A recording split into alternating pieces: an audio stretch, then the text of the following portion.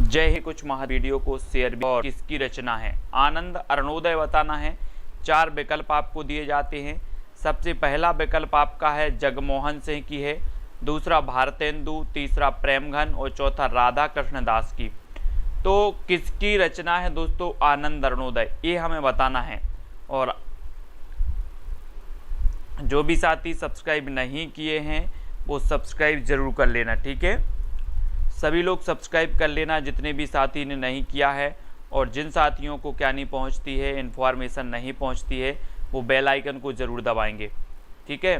Bell icon को आपको ज़रूर दबाना है और ऑल पर क्लिक करना है बेल आइकन को दबाकर।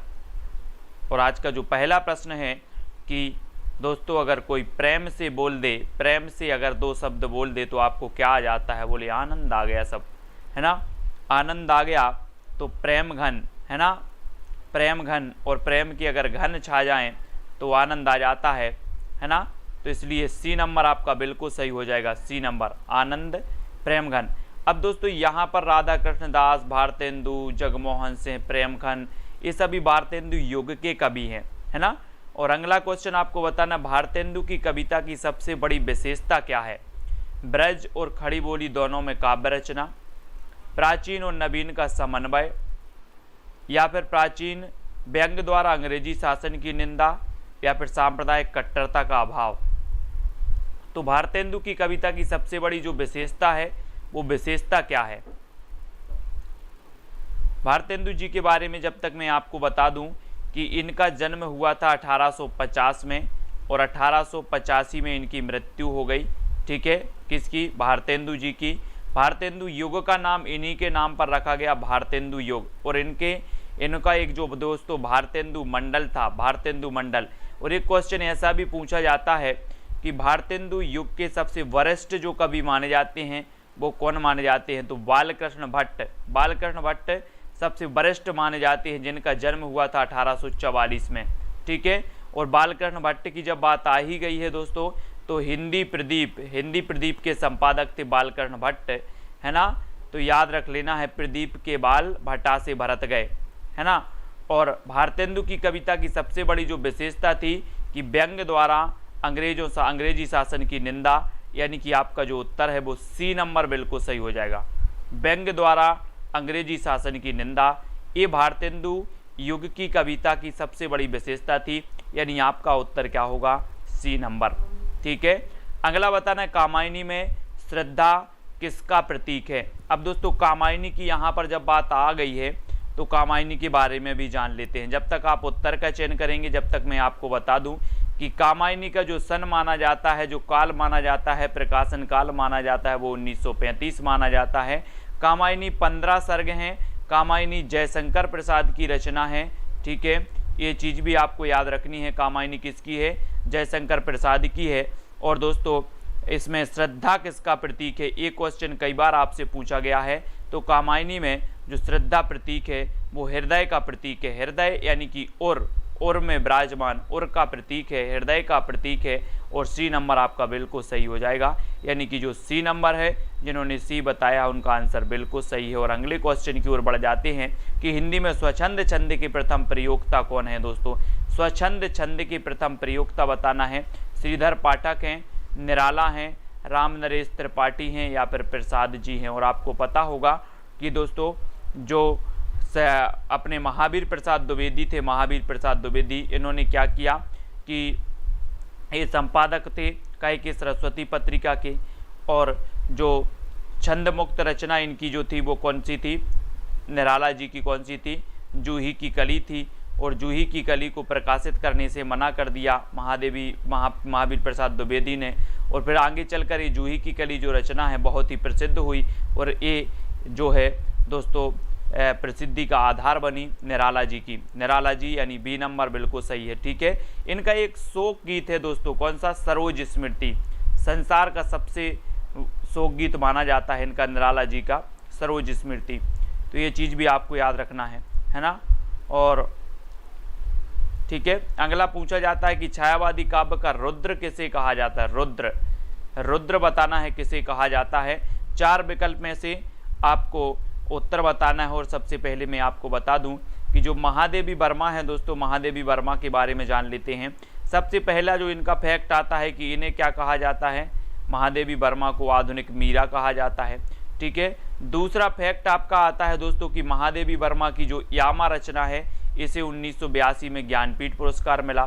ठीक है, और जो महादेवी वर्मा जी हैं ये छायावाद की आधार स्तंभ मानी जाती है। ठीक है, और महादेवी की रचनाएं हैं रश्मि, नीरजा, सरोज, ये सभी हैं। ठीक है, हाँ बेटी है सरोज स्मृति। और महादेवी वर्मा के बारे में तो हमने जान लिया, लेकिन जो रुद्र कहा जाता है वो किसे कहा जाता है, निराला जी को कहा जाता है।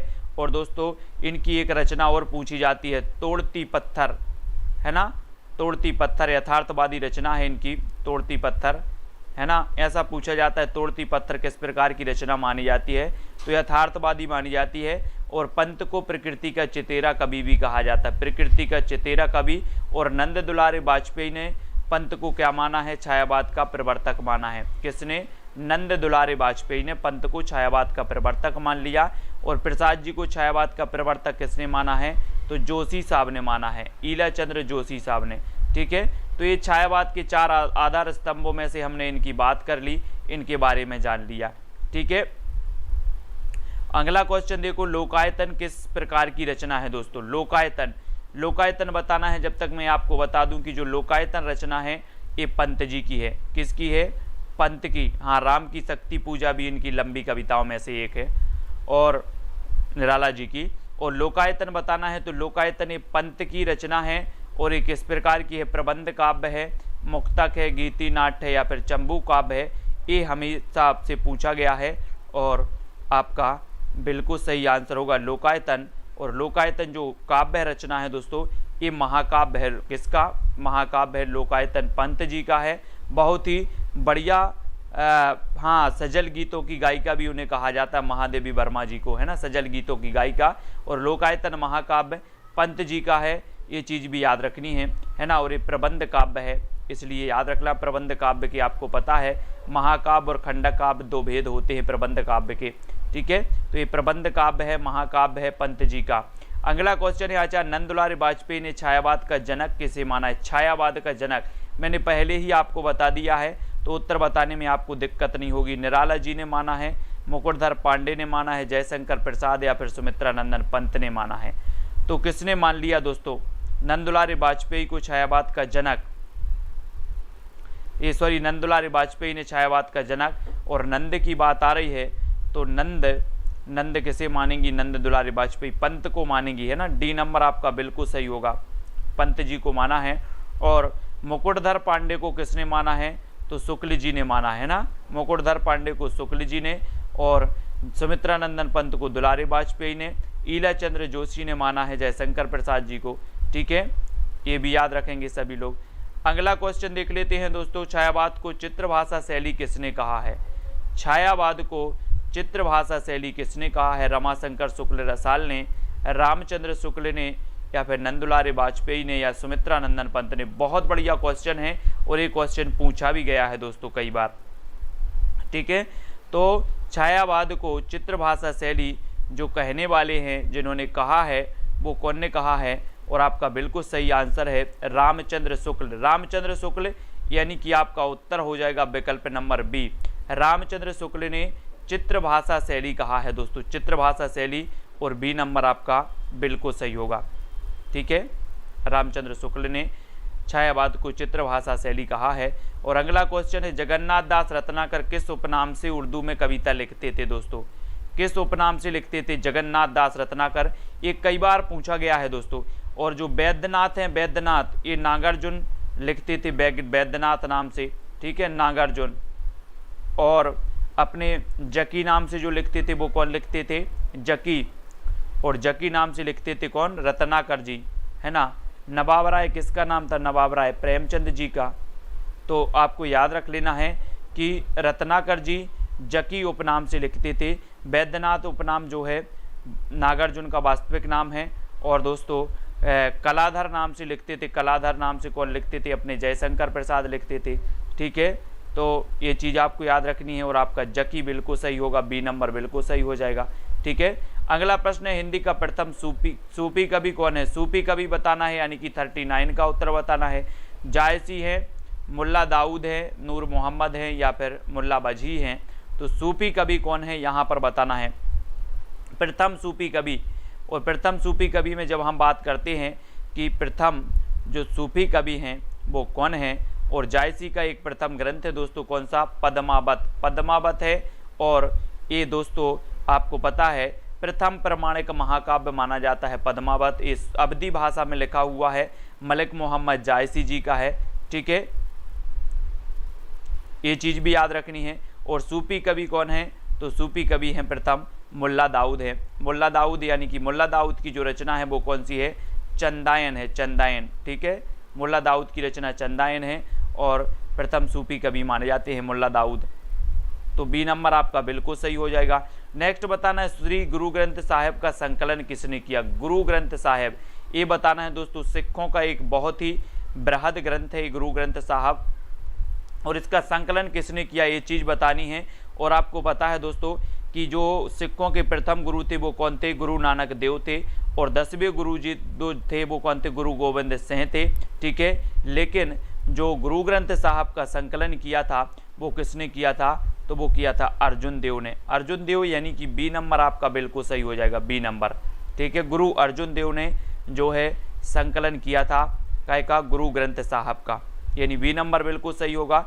लखनऊ में प्रगतिशील लेखक संघ के अधिवेशन की अध्यक्षता किसने की थी दोस्तों? ये चीज़ आपको बतानी है, बहुत ही बढ़िया प्रश्न है, और लखनऊ में बतानी है। तब आपका प्रगतिशील लेखक संघ की स्थापना कब हुई थी? ये चीज़ भी आपको बतानी है। प्रगतिशील लेखक संघ की स्थापना कब हुई थी ये जल्दी से बताना है भारत में। और प्रगतिशील लेखक संघ की अध्यक्षता किसने की थी लखनऊ में, ये चीज़ भी बतानी है। तो मैं आपको बता दूं कि जो लखनऊ में प्रगतिशील लेखक संघ की स्थापना अध्यक्षता की थी वो प्रेमचंद जी ने की थी, यानी बी नंबर आपका बिल्कुल सही होगा। और ये स्थापना कब हुई थी दोस्तों प्रगतिशील लेखक संघ की? तो जल्दी से आप उत्तर बताएंगे कमेंट में। और अगले क्वेश्चन की ओर बढ़ जाते हैं कि खरोष्ठी लिपि की उत्पत्ति किससे हुई है? चित्रलिपि से हुई, सामी से हुई, ब्राह्मी या फिर अरमेई की लिपि से हुई है? तो किस लिपि से हुई है? हाँ, वेरी गुड, 1936 आपका बिल्कुल सही है। अब आपको खरोष्ठी लिपि की उत्पत्ति बतानी है, किससे हुई है खरोष्ठी लिपि की उत्पत्ति? और आपका बिल्कुल सही आंसर होगा दोस्तों कि जो खरोष्ठी लिपि की उत्पत्ति मानी जाती है, कई बार क्वेश्चन पूछा गया है, और अरमेई की लिपि से हुई है। अरमेई की लिपि यानी डी नंबर आपका बिल्कुल सही हो जाएगा, ठीक है। अरमेई की लिपि से खरोष्ठी लिपि की उत्पत्ति हुई है। और अगले क्वेश्चन की ओर है, अंतस्थ व्यंजनों की संख्या कितनी है दोस्तों? अंतस्थ व्यंजन आप पढ़ते हो ना, या, रा, ला, वा, है ना, तो ये अंतस्थ व्यंजन है, अंतस्थ व्यंजन है ना। और अगर इसको ऐसे पढ़ें कि यार लव, है ना, और दोस्तों यार से लव किया जाता है, प्रेम किया जाता है, तो कैसे किया जाता है? अंतस्थ से किया जाता है कि बाह्य से किया जाता है ना। बाहरी रूप से तो नहीं करते कोई लोग, दिखावटी तो नहीं करता कोई, है ना, अंतस्थ से किया जाता है। बोले सर यार से लव किया जाता है तो अंतस्थ से किया जाता है ना। तो यार लव यानी कि या, रा, ला, वा, इस प्रकार से इसको पूरा अगर जोड़ दो तो यार लव हो जाता है। और यार से लव किया जाता है अंतस्थ से, और अंतस्थ व्यंजनों की संख्या होती है 4, यानी कि ए नंबर आपका बिल्कुल सही हो जाएगा, ए नंबर, ठीक है। और अगला दोस्तों है, मानक हिंदी से क्या तात्पर्य है? साहित्यिक पुस्तकों की भाषा, साधारण बोलचाल की भाषा, केवल पढ़ाई लिखाई की भाषा, या शिष्ट और सुशिक्षित लोगों की भाषा? मानक हिंदी से क्या तात्पर्य है? मानक हिंदी यानी कि प्रश्न क्रमांक 44 का उत्तर बताना है, और 44 का आंसर क्या हो जाएगा? मानक हिंदी से क्या तात्पर्य है?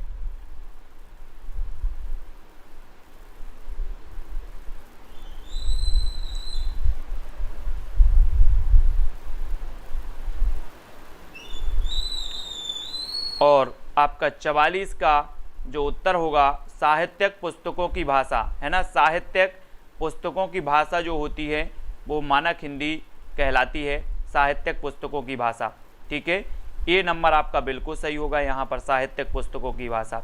और अगला क्वेश्चन है, मेवाती किस उपभाषा की बोली है? मेवाती, मेवाती बतानी है दोस्तों। आपको पता है कि जो सौरसेनी अपभ्रंश से निकली है कौन सी? राजस्थानी, राजस्थानी निकली, पश्चिमी हिंदी, गुजराती, इस सौरसेनी अपभ्रंश से निकली हुई भाषाएं हैं। अब राजस्थानी की भी कुछ उपभाषा हैं, है ना। तो राजस्थानी की जो उपभाषा है वो कौन सी है? राजस्थानी की मेवाती, है ना। और मेवाती उत्तरी राजस्थानी कहलाती है, उत्तरी राजस्थानी, है ना। तो उत्तरी राजस्थानी यानी बी नंबर आपका बिल्कुल सही होगा। ठीक है, अगर आपसे पूछा जाए कि राजस्थानी भाषा की उत्तरी जो उपभाषा है वो कौन सी है, या मेवाती जो है राजस्थानी भाषा का कौन सा रूप है, तो उत्तरी रूप माना जाता है, उत्तरी यानी कि उत्तर में बोली जाती है मेवाती। ठीक है, संविधान के अनुच्छेद 351 में किस विषय का वर्णन है दोस्तों? संघ की राजभाषा का, उच्चतम न्यायालय की भाषा का, हिंदी के विकास के लिए निर्देश या पत्राचार की भाषा का, किसका वर्णन है? यानी 46 का आंसर बताना है कि संविधान के अनुच्छेद 351 में किस विषय का वर्णन है। 4 विकल्प बताना है दोस्तों। और कल दोस्तों क्या है? रक्षाबंधन है। कल क्या है? रक्षाबंधन है। और रक्षाबंधन में सभी लोग बताएंगे कि क्लास को रखना है कि नहीं रखना है, या फिर कल रिवीजन करवा दें। रिवीजन यानी कि रिवीजन वाला वीडियो आपको डाल दूंगा, सुबह भी रिवीजन और शाम को भी रिवीजन। जो अपन ने टर्की वीडियो पढ़े हैं ना, वो रिवीजन वीडियो कल आएंगे, तो जिसको टाइम मिले वो देख लेना, नहीं तो बाद में देख लेना। और 351 में जो विषय का वर्णन किया है वो हिंदी के विकास के लिए निर्देश दिए गए हैं, है ना। हिंदी के विकास के लिए निर्देश दिए गए, यानी सी नंबर आपका बिल्कुल सही होगा। ठीक है, 351 में सी नंबर आपका बिल्कुल सही हो जाएगा। और अगला है, ग्वालियर की बोली क्या है दोस्तों? ग्वालियर, ग्वालियर बताना है। ये मध्य प्रदेश का एक जिला है ग्वालियर। ठीक है, इस प्रकार से आपने देखा होगा मध्य प्रदेश का इस प्रकार से नक्शा है, ऐसे ऐसे करके, ऐसे ऐसे, है ना, ऐसे ऐसे करके नक्शा है इस प्रकार से, है ना। और यहाँ पर दोस्तों आपका ग्वालियर है, ग्वालियर, है ना, ग्वालियर। और ग्वालियर की जो भाषा बोली जाती है वो कौन सी मानी जाती है? वो मानी जाती है कौन सी? बुंदेली, बुंदेली यानी कि ए नंबर आपका बिल्कुल सही हो जाएगा। और मध्य प्रदेश में सर्वाधिक बोली जाने वाली बोली भी कौन सी है? बुंदेली ही है ना। ये चीज़ भी आपको याद रखनी है। तो बुंदेली यानी ए नंबर आपका बिल्कुल सही होगा। अगला बताना, अपभ्रंश को पुरानी हिंदी किसने कहा है दोस्तों? अपभ्रंश, अपभ्रंश बताना है पुरानी हिंदी। रामचंद्र शुक्ल जी ने कहा है, चंद्रधर शर्मा गुलेरी ने कहा है, भारतेंदु या फिर ग्रियर्सन ने कहा है। तो अपभ्रंश को पुरानी हिंदी कहने वाले जो हैं वो कौन हैं? और 4 में से आपका बिल्कुल सही आंसर होगा। देखो यहाँ से 2 क्वेश्चन बन जाते हैं आपके 48 में। एक तो है दोस्तों साहित्यिक अपभ्रंश को, अगर आपसे पूछा जाता कि जो है साहित्यिक अपभ्रंश को पुरानी हिंदी किसने कहा? साहित्यिक अपभ्रंश को पुरानी हिंदी किसने कहा?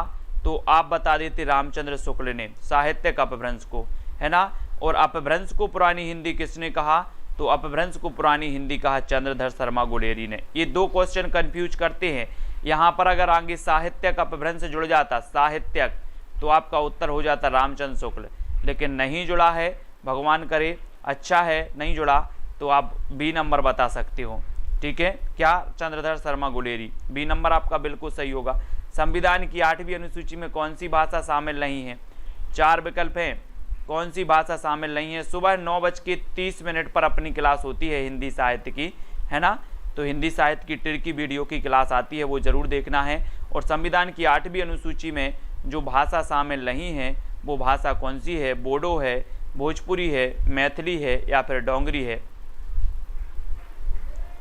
और आपको पता है दोस्तों कि जो भोजपुरी भाषा है, भोजपुरी, ये शामिल नहीं है, जबकि जो मैथिली है, मैथिली शामिल है ना। मैथिली भी है, डोंगरी भी है, बोडो भी है, लेकिन भोजपुरी ये 8वीं अनुसूची में शामिल नहीं है, यानी सी नंबर आपका बिल्कुल सही हो जाएगा। ठीक है, सी नंबर भोजपुरी। अगला क्वेश्चन आपको बताना है, मालती माधव किसकी रचना है? मालती माधव भवभूति की है, श्रीहर्ष की है, दंडी की है या फिर भारवी की है? और है ना, भोजपुरी आप लोग देखते होंगे ना, भोजपुरी जो फिल्म आती है मैं भी देखता हूँ कभी कभी, दिनेश लाल यादव जी की निरहुआ, है ना, और वो कौन है, खेसारी लाल, उनकी भी देखते हैं, बढ़िया फिल्में होती हैं, है ना। सबसे अच्छी लगी थी मुझे वो फिल्म कौन सी, आपकी निरहुआ हिंदुस्तानी, बहुत ही बढ़िया फिल्म थी और दोस्तों पूरी गांव पर आधारित थी। अगर आप लोगों ने नहीं देखी निरहुआ हिंदुस्तानी तो वो मूवी देखें, बहुत ही बढ़िया है। और मालती माधव यहाँ पर भावभूति की रचना है, यानी ए नंबर बिल्कुल सही हो जाएगा, ठीक है। ए नंबर भावभूति, मालती माधव के रचनाकार हैं भावभूति, और ए नंबर बिल्कुल सही होगा। रोला छंद के प्रत्येक चरण में कितनी मात्राएं होती हैं? रोला की बात हो रही है यहाँ पर, रोला, रोला, दोहा, सोरठा, है ना।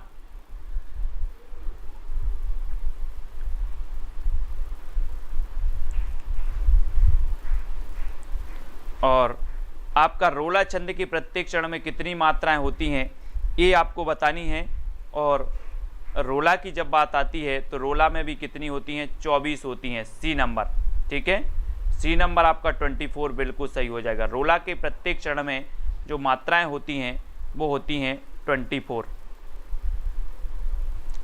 और अगला क्वेश्चन है, निम्न में से किस कृति के लेखक नामवार से हैं? किस कृति के लेखक नामवार से हैं? आलोचना और काव्य, आस्था और सौंदर्य, दूसरी परंपरा की खोज, या भाषा और समाज।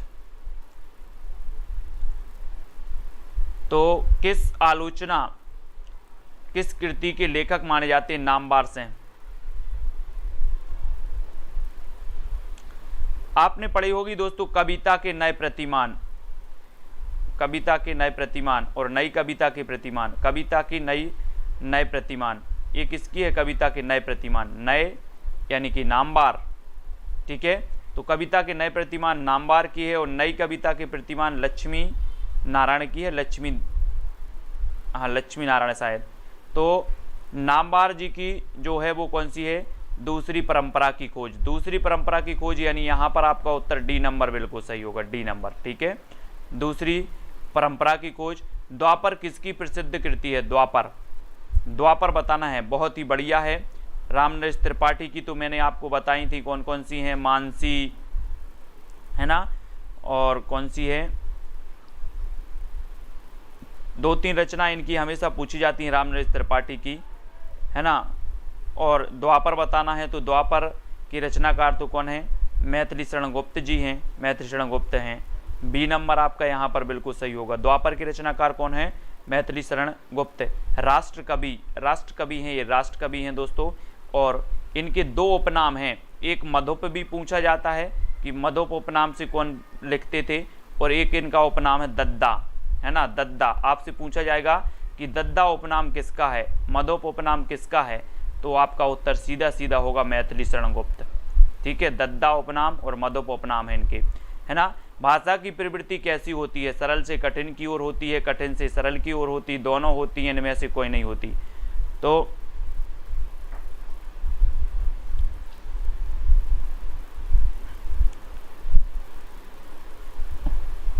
भाषा की जो प्रकृति होती है, प्रवृत्ति होती है दोस्तों, वो कैसी होती है? कठिन से सरल की ओर, है ना, कठिन से सरल की ओर, कठिन से सरल की ओर, यानी कि बी नंबर आपका बिल्कुल सही होगा, ठीक है। कठिन से सरल की ओर।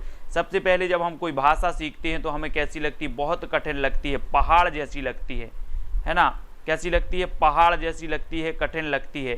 क्या? भाषा। और भाषा की प्रवृत्ति होती ही है कठिन से सरल की ओर। जैसे जैसे हम पढ़ते जाते हैं, आगे बढ़ते जाते हैं, तो ये सरल लगने लगती है, ठीक है। तो सरल से कठिन नहीं होती।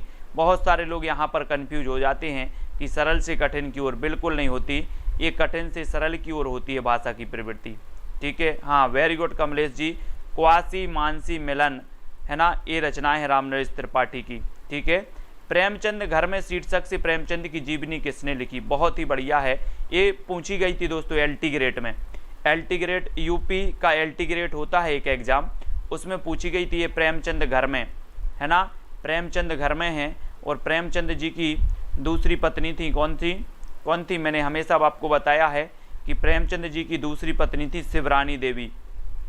पहले इनका विवाह हुआ था, एक कुरूप महिला से विवाह हुआ था दोस्तों, कुरूप, है ना।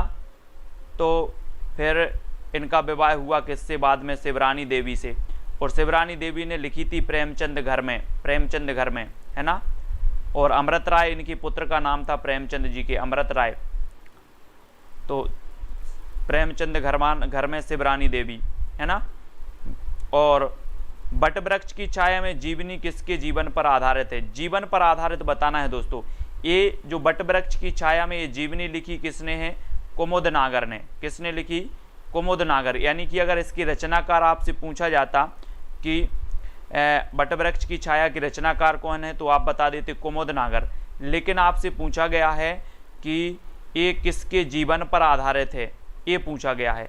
तो आपको बताना है कि ये अमृतलाल नागर के जीवन पर आधारित है, यानी सी नंबर आपका यहाँ पर बिल्कुल सही होगा। ठीक है, अमृतलाल नागर के जीवन पर आधारित लिखी किसने है? कुमुद नागर ने, है ना। तो बी नंबर आपका सी नंबर इस प्रश्न का आपका बिल्कुल सही होगा, अमृतलाल नागर। ठीक है, तो अगला क्वेश्चन आपको बताना, अकाल पुरुष गांधी जीवनी के लेखक कौन है? अकाल पुरुष गांधी, ये तो कई बार पूछी गई है दोस्तों। अकाल पुरुष गांधी दिनकर की है, मोहन राकेश की है, जैनेन्द्र कुमार की है, या फिर अज्ञे की है?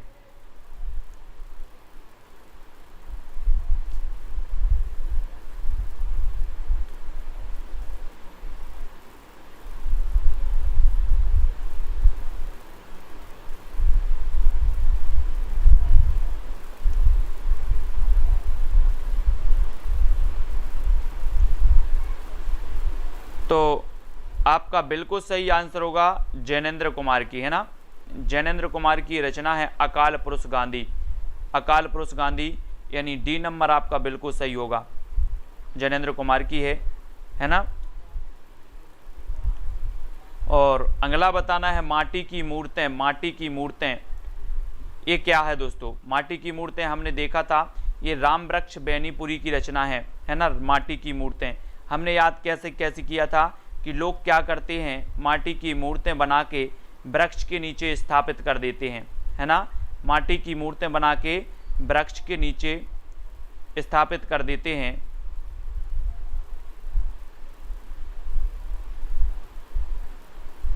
है ना। मिट्टी की बारात शिवमंगल से सुमन की है। और मिट्टी की माटी की मूर्तें आपका उत्तर होगा ये रेखा चित्र है, रेखा चित्र, रेखा रेखा रेखा, ये रेखा है। रेखा खींच दी थी लक्ष्मण रेखा, लक्ष्मण रेखा खींच दी। लक्ष्मण जी ने बोले इसके बाहर नहीं आना, इसके बाहर नहीं आना। और इसके बाहर सीता जी आई तो क्या हो गया था? हरण हो गया था। अपन को भी लक्ष्मण रेखा खींच देनी है, लक्ष्मण रेखा, इसके बाहर नहीं आएगा कोई। हरिवंश राय बच्चन की आत्मकथा कितने भागों में प्रकाशित है? क्या भूलूं क्या याद करूं, है ना। 10 द्वार से सोपान तक, नीड से निर्माण, क्या है? तो इनकी दोस्तों जो है वो कितने में? हरिवंश राय बच्चन की आत्मकथा कितने भागों में विभाजित है? हरिवंश राय बच्चन साहब की। और इनकी आपको ने पढ़ी होगी दो चट्टानें। दो चट्टानें मैंने आपको याद करवाई थी रचना, दो चट्टानें। बोले इनकी दो चट्टानें हरिवंश राय बच्चन साहब की, एक अभिषेक बच्चन एक अमिताभ बच्चन, दो चट्टानें हैं, है ना। और ये 4 भागों में प्रकाशित है, 4 भागों में। हरिवंश राय बच्चन की क्या भूलूं क्या याद करूं। ठीक है, बी नंबर यहाँ पर आपका बिल्कुल सही हो जाएगा, 4 भागों में प्रकाशित है। और अगला क्वेश्चन आपसे पूछा जाता है कि तरुण के स्वप्न आत्मकथा के लेखक कौन है? तरुण के स्वप्न, ये तो मैंने आपको याद करवाई थी दोस्तों कि तरुण मतलब होता है, क्या होता है? युवा, युवा होता है, युवा, है ना। और हर युवा का सपना होता है कि हम सुभाष चंद्र बोस बने, ऐसे याद करवा दिया था आपको, है ना। तरुण मतलब होता है युवा, और युवा का सपना होता है कि हम भी क्या बने? सुभाष चंद्र बोस बने। तो तरुण के स्वप्न आत्मकथा के जो लेखक होंगे वो सुभाष चंद्र बोस होंगे, यानी बी नंबर सुभाष चंद्र बोस आपका बिल्कुल सही हो जाएगा। ठीक है, बी नंबर आपका बिल्कुल सही होगा। ठीक है, तो दोस्तों आज की जो अपनी क्लास है यहीं पर विराम देते हैं, है ना। आज की क्लास को विराम देते हैं। फटाफट से सभी लोगों जल्दी से बताएं। कल मैं क्या करूंगा कि 2 वीडियो आपको डाल दूंगा और प्रीमियर चलेगा वो, है ना। पुराने वीडियो आपके जो काय के हैं, ट्रिकी वीडियो हैं। जैसे हिंदी साहित्य अकादमी वाला जो वीडियो है 3 पार्ट में है, उसका पूरा 1 पार्ट आपका आएगा हिंदी साहित्य अकादमी से पुरस्कृत रचनाएं, ठीक है, वो आपका सुबह आपको मिलेगा, ठीक है।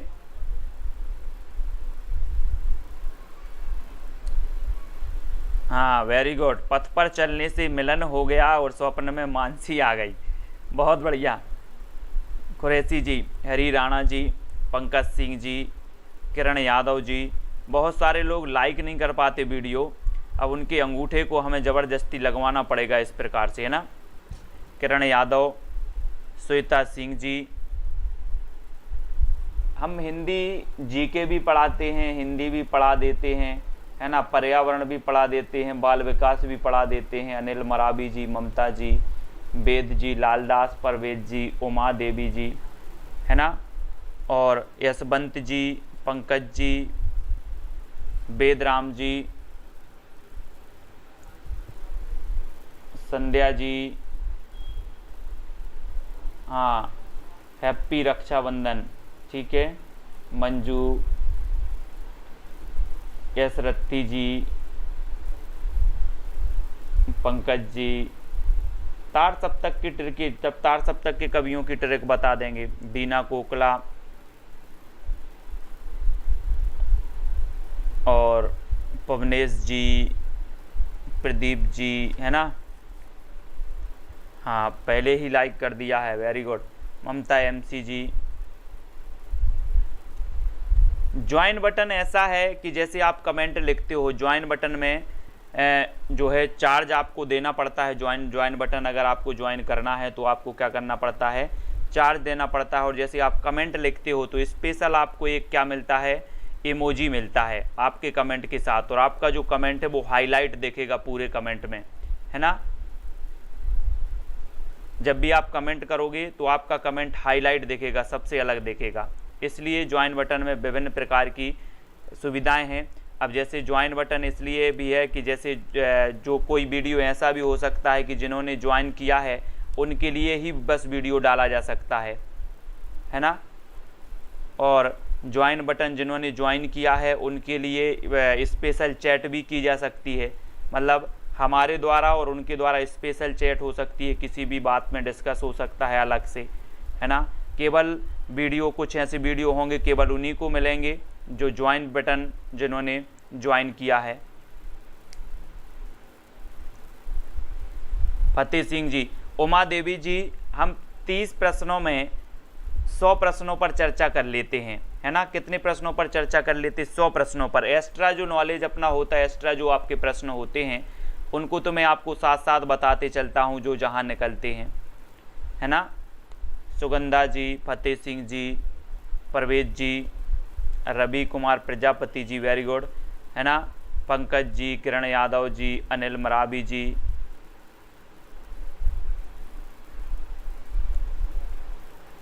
रचनाओं की ट्रिकी वीडियो।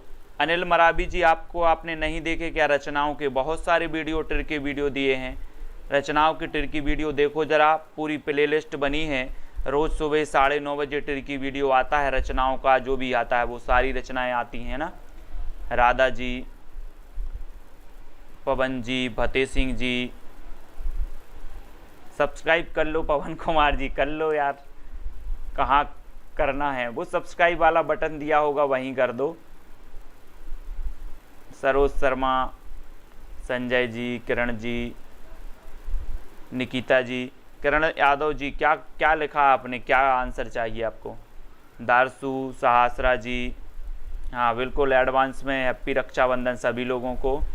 और पूनम शर्मा जी, रघुवीर जी, सुबह 9:30 बजे होती है रघुवीर जी क्लास, सुबह 9:30 बजे हिंदी का ट्रिकी वीडियो आता है। ट्रिक से कुछ यहाँ वहाँ करके आपको पढ़ाने का प्रयास करते हैं, है ना। यहाँ का वहाँ कर दिया, वहाँ का यहाँ कर दिया, ट्रिक बन जाती है। परवेज कुरैशी, रोहित जी, AK सक्सेना जी और राज ठाकुर जी हैं, फतेह सिंह जी हैं। व्हाट्सएप ऐप का लिंक सेंड कर दो, बिल्कुल कर देंगे, बिल्कुल। PDF उपलब्ध कराने की कृपा करेंगे, कृपा नहीं करा ही देंगे यार, AK सक्सेना, कंचन वर्मा जी। टेलीग्राम को अगर ज्वाइन कर लेते हैं तो वहाँ पर आपको टेस्ट सीरीज मिल जाती है। टेस्ट अपने जॉय सर हैं, रवि सर हैं, वो टेस्ट करवाते हैं, तो टेस्ट आपको मिल जाता है ना। संजय कुमार और उमा देवी जी। अच्छा, एडवांस कर दीजिए। कैसा एडवांस करना है उमा देवी जी, कैसा एडवांस करना है बताओ। परवेज जी, रेगुलर जी। उमा जी, आपका अध्ययन शायद अच्छा होगा, इसलिए आपको साधारण प्रश्न लग रहे हैं, है ना। सुगंधा मौर्य जी, पंकज जी, मंजू बाला जी,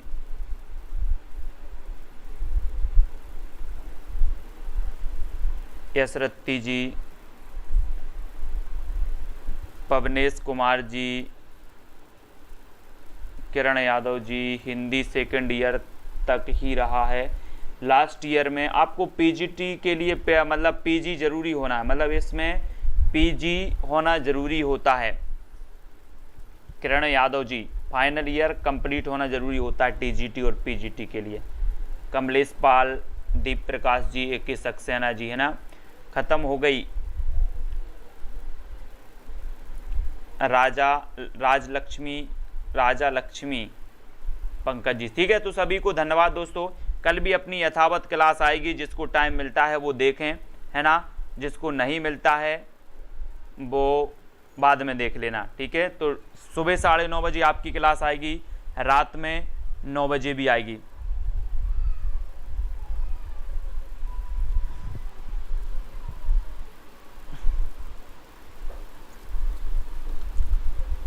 ठीक है, तो आज के वीडियो के लिए साथियों इतना ही।